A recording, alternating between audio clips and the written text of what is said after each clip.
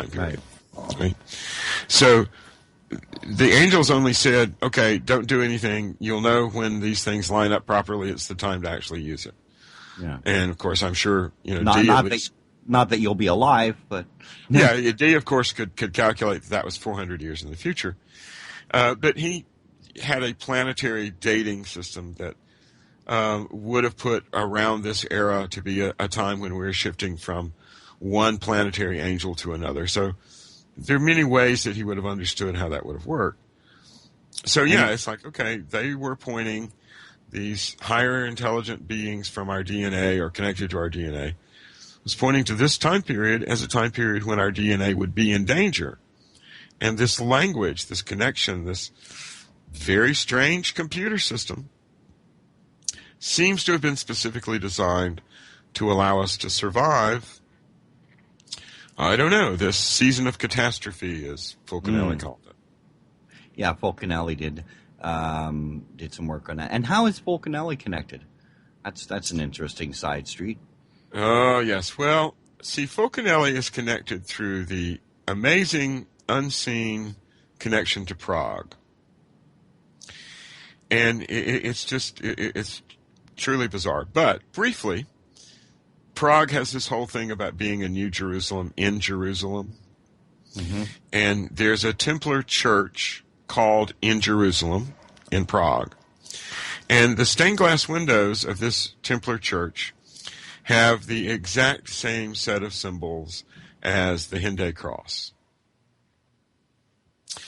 indicating that someone around 1220 already had the same information that Fulcanelli was pointing to, which, again, is the indication of the time period we're talking about. So there is this weird overlap between the fact that whoever in the Middle Ages was helping to align these churches towards Jerusalem and towards the winter solstice sunrise knew that eventually, 1,000 years or so in the future, it was going to be the apocalyptic moment when St. Michael would be standing on the rising sun, or, again, that huge Ophiuchus above Jerusalem. That's in the direction of Jerusalem. And that was sort of, they're building for this huge spot in the sky. Now, Fulcanelli talks about when the terrestrial cross and the celestial cross align. Well, in Prague, it's built on a terrestrial cross aligned to the celestial cross, the solstices, and it's pointing toward the most terrestrial, earthly of all crosses, the crucifixion spot in Jerusalem. So in Prague, at this time period, you have a spot, like Fulcanelli was pointing to, where the celestial cross and the terrestrial cross align perfectly. Not to put too fine a point on it, but Fulcanelli did say that if you could find that spot, that would be your, quote, place of refuge, unquote. And so he was talking about Prague. Well, I don't know, but it seems to me that that's a fairly good assumption with what we know.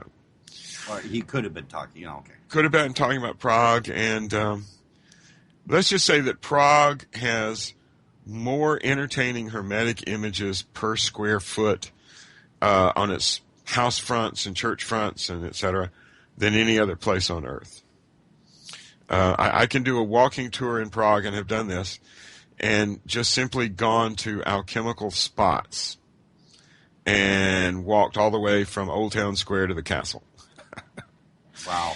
It's that kind of density of esotericism through time. 1,000 years of Masons, Rosicrucians, Templars, Gothic stoneworkers, Theosophists, all kind of in a bowl, in this crucible, this highly energetic crucible. Tesla as well. Oh, yeah, Tesla. Yeah. All sorts of very energetic. There's some stones there. 3 stones stuck in the ground, different heights. Oh, yeah. What were they? The devil stones? Yeah, that's what the locals call them, what the churches call them. They call them the devil stones. They are the remains of what was once a large megalithic monument up on this hill called Vyšehrad, which just means high hill, high castle. And it was the ancient pagan sun-watching time alignment spot. It also has one of these 11th century rotundas. But when they began to build up there, the Christians all kind of, broke them up, threw them away. And these were the ones who kept coming back. And the story is that the devil would fly them back every night, no matter how many times they dumped them in the river. So eventually they just piled them up and left them, and they're still there. Now, if you look at them closely, you can see what I mean by how intense the meteor strike was and how melted and fused this granite is.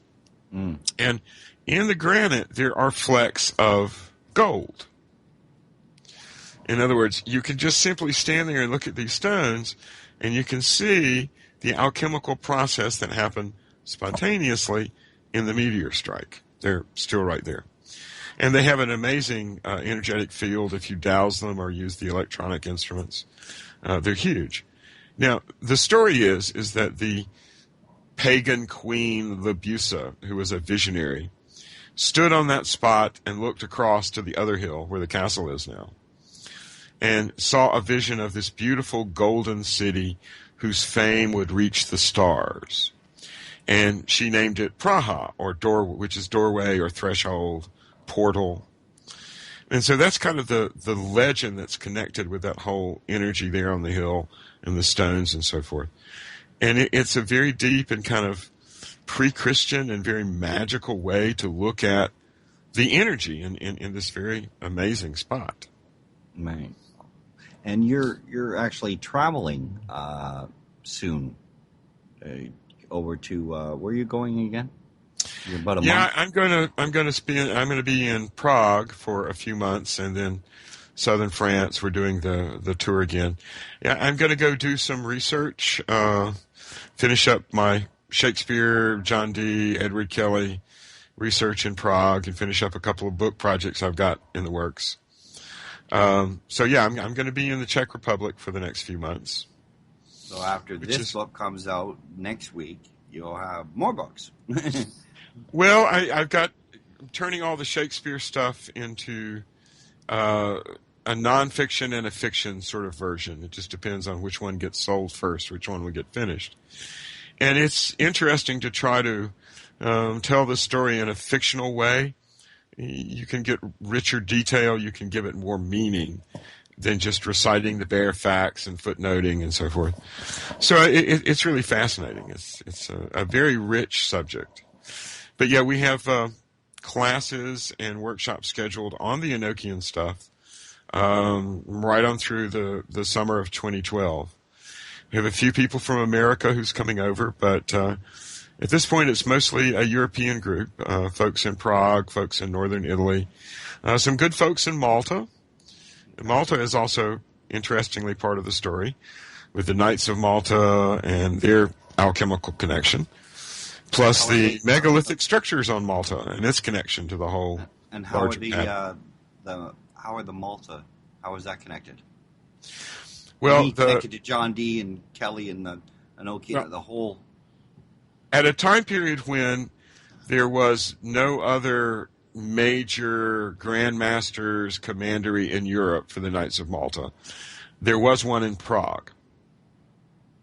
And the Knights in Malta and Prague have always sort of guarded certain, interesting locations on their side of the river.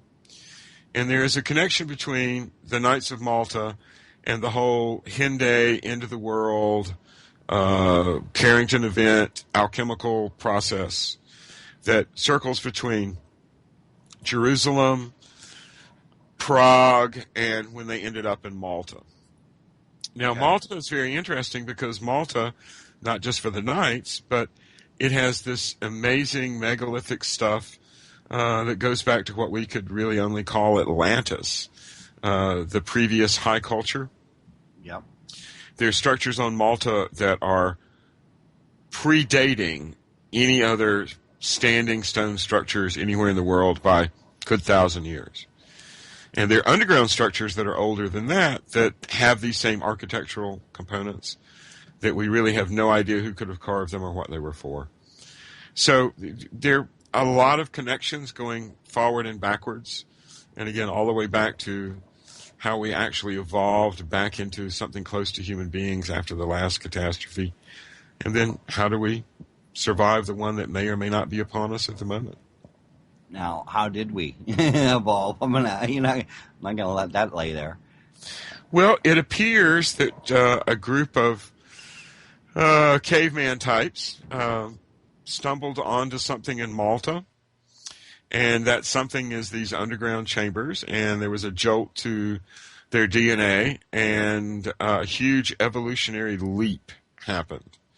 And it happened first in Malta and then spread throughout the whole Mediterranean basin. And we're talking about a time period in which even Egypt had no stone structures.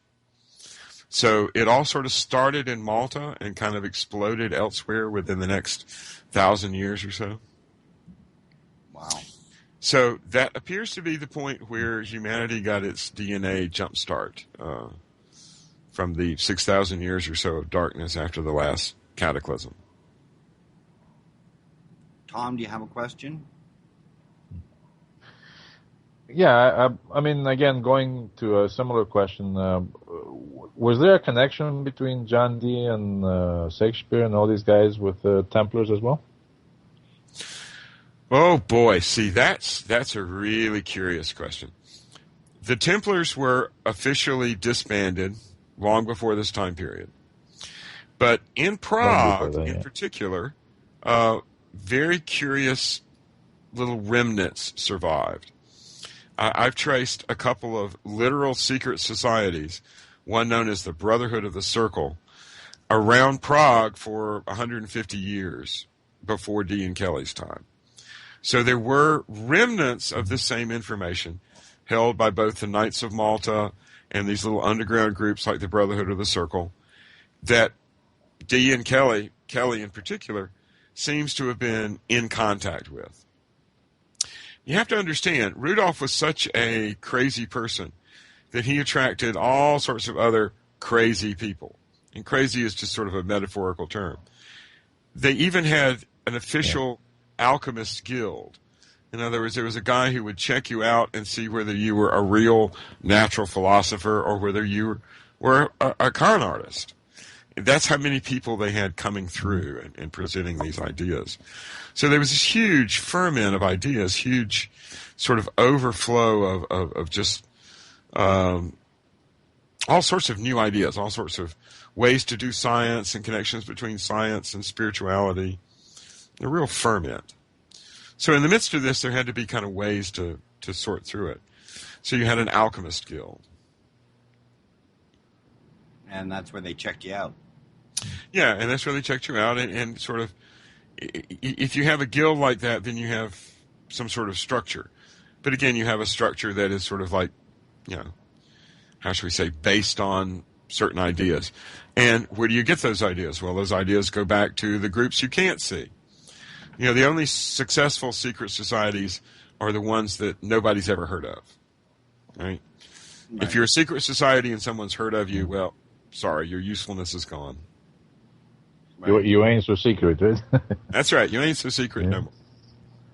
But a lot of research goes into digging those up. You yourself included, right? Oh yeah. Everything leaves traces, and that's why you really have to be sort of skillful at your history, let's say.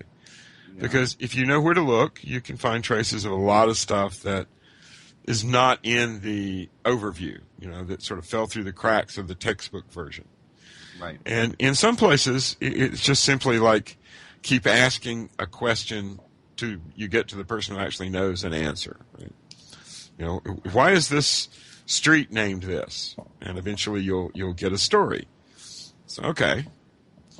And if you keep doing that long enough, if you keep asking the local people long enough, you turn up all sorts of amazing stories, rumors. And again, in a place like Prague, where you have these overlapping esoteric groups for 1,000 years, you have some pretty amazing rumors. And again, it's like, okay, I guess we really can preserve information just simply by telling stories and having these group identities in which certain things are known. Secret Later. societies, quote unquote. Right.